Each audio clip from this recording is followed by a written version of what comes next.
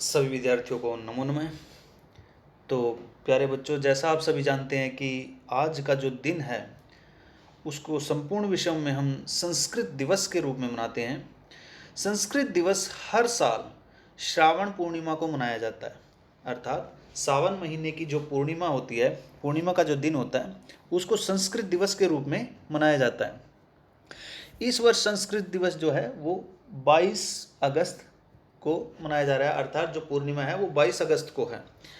तो संस्कृत दिवस और रक्षाबंधन ये लगभग सभी प्रारंभ से ही एक ही दिन आते हैं। रक्षाबंधन भी श्रावण मास की पूर्णिमा के दिन आता है और संस्कृत दिवस भी जो है पूर्णिमा के दिन ही आता है। संस्कृत दिवस मनाने की जो शुरुआत हुई है वो सन 1969 से हुई है। संस्कृत दिवस मनाने की शुरुआत सन 1969 से की थी। तो संस्कृत दिवस और रक्षाबंधन दोनों जो त्यौहार हैं, भारतीय जो त्यौहार हैं, वो एक ही दिन मनाए जाते हैं। भारत में संस्कृत भाषा की जो उत्पत्ति है वो लगभग 4000 साल पहले हुई थी।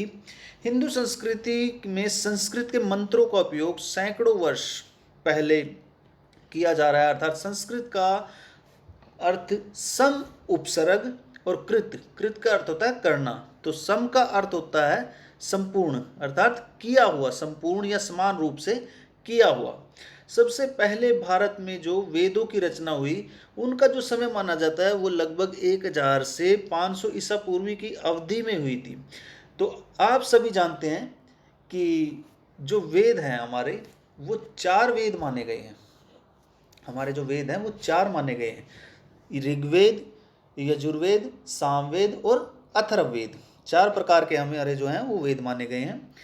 ऋग्वेद जो है इसमें संपूर्ण जो यज्ञ आदि क्रियाओं से संपन्न मंत्र हैं, अर्थात इसमें स्तुतियां हैं, वो सभी क्या हैं, ऋग्वेद में निहित हैं।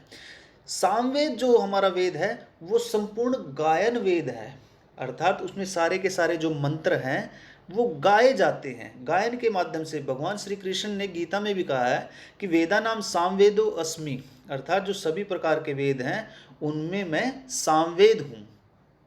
ऋग्वेद, यजुर्वेद, सामवेद और अथर्ववेद। अथर्ववेद में इन सब का जो 3 वेद हैं, इन सब का क्या है, बिल्कुल निष्कर्ष रूप में जो सारांश है वो अथर्ववेद में मिलता है। तो संस्कृत भारत की सबसे प्राचीन भाषा है, जिसे बढ़ावा देने के लिए हर साल श्रावण मास की पूर्णिमा तिथि को संस्कृत दिवस मनाया जाता है। संस्कृत भाषा को देववाणी अर्थात भगवान की भाषा भी कहा जाता है। संस्कृत भाषा का दूसरा अर्थात जो सहस्त्राब्दी ईसा पूर्व में लगाया जाता है, जब ऋग्वेद में भजनों का एक संग्रह लिखा गया था। संस्कृत दिवस का उद्देश्य, संस्कृत दिवस का जो उद्देश्य होता है, संस्कृत दिवस मनाने का उद्देश्य अर्थात कि जैसे धीरे धीरे जो हमारी मातृभाषाएं हैं तो ये अपने जो है एक पहचान से लुप्त होने के कगार पर जा रही हैं, अर्थात इनका जो है वो प्रचलन कम होता जा रहा है। तो इसके उत्थान के लिए, इसके पुनरुद्धार के लिए, इसके रखरखाव को बढ़ावा देने के लिए हम संस्कृत भाषा को संस्कृत दिवस के रूप में मनाते हैं। तो लगभग उत्तराखंड में जो है संस्कृत को आधिकारिक भाषा के रूप में द्वितीय भाषा का जो दर्जा है वो प्रदान किया गया है। हरियाणा सरकार ने भी संस्कृत भाषा के उत्थान के लिए, बढ़ोतरी के लिए संस्कृत भाषा का जो प्रचलन है वो 3री कक्षा से अब प्रारंभ करने जा रही है।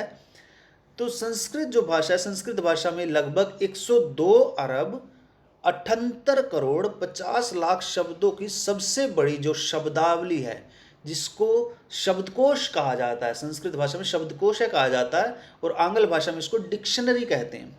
दोबारा से मैं बताना चाहूँगा, संस्कृत भाषा में जो शब्दावली है, जो शब्दकोश है, 102 अरब 78 करोड़ और 50 लाख शब्दों की सबसे बड़ी शब्दावली है। विश्व संस्कृत दिवस की जो शुरुआत 1969 में पहली बार इसको प्रारंभ किया गया था। यह प्राचीन भारतीय भाषा को जागरूकता फैलाने के लिए, देने के लिए, बढ़ावा देने के लिए और संस्कृत भाषा को पुनर्जीवित अर्थात दोबारा से नया जीवन देने के लिए मनाया जाता है। यह भारत की समृद्धि संस्कृति को दर्शाता है। जैसा कि हम सभी जानते हैं कि हिंदू संस्कृति में पूजा और मंत्रों का उच्चारण संस्कृत भाषा की उत्पत्ति से ही होता है, यह संस्कृत भाषा में किया जाता है। संस्कृत दिवस प्राचीन भारतीय भाषा को जागरूकता फैलाने, बढ़ावा देने के लिए किया जाता है। संस्कृत जो है वो सभी भाषाओं की जननी मानी गई है। जननी का अर्थ होता है माता। तो संस्कृत के उपलक्ष्य में जैसे कुछ श्लोक हैं। संस्कृत दिवस से हार्दा शुभेच्छा, सुरस सुबोधा विश्व मनोजा ललिता हृदया रमणीया, अमृतवाणी संस्कृत भाषा नैव कलिष्ठा न च कठिना। अर्थात सुरस सुबोधा, सुरस होता है सु उपसर्ग मिलकर के, सु का अर्थ होता है अच्छा, तो सुंदर, सुबोधा समझने में आसान, विश्व मनोजा जिसे सार्वभौमिक रूप से सहमत हो, ललिता हृदय रमणीया, ललित का अर्थ होता है सुंदर, हृदय मैंने हृदय से, रमणीय मैंने रमन करने वाली, अमृतवाणी संस्कृत भाषा नैव क्लिष्टा न च कठिना। अर्थात संस्कृत भाषा मधुर भाषण, न तो क्या है इसका अस्पष्ट है, इसका जो भाषण है वो स्पष्ट है और न ही कठिन है।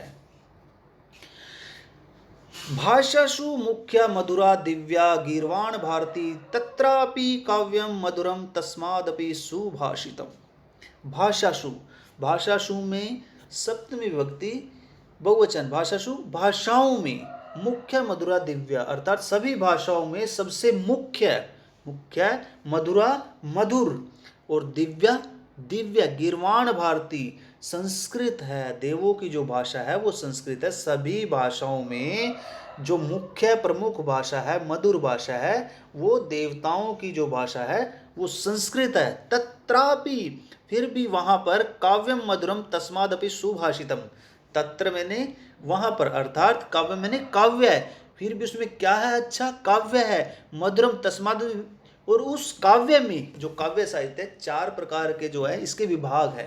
पहला जो विभाग है इसका व्याकरण शास्त्र है, दूसरा जो विभाग है इसका दर्शन शास्त्र है, और तीसरा जो विभाग है इसका काव्य शास्त्र है, और चौथा जो विभाग है इसका वो वेद शास्त्र है।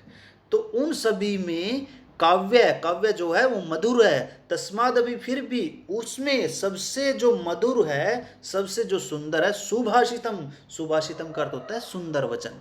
अर्थात सभी भाषाओं में सबसे मुख्य, मधुर और दिव्य देव भाषा जो है वो संस्कृत है, उसमें भी काव्य, और काव्य में भी सबसे मधुर जो है वो सुभाषित अर्थात सुंदर वचन है। तो आप सभी को संस्कृत दिवस की बहुत बहुत सभी को शुभकामनाएं। संस्कृत बोलने का सभी विद्यार्थी थोड़े से थोड़ा प्रयास करें। तो दोबारा से पुनः जय तु संस्कृतम, जय तु भारतम। धन्यवाद।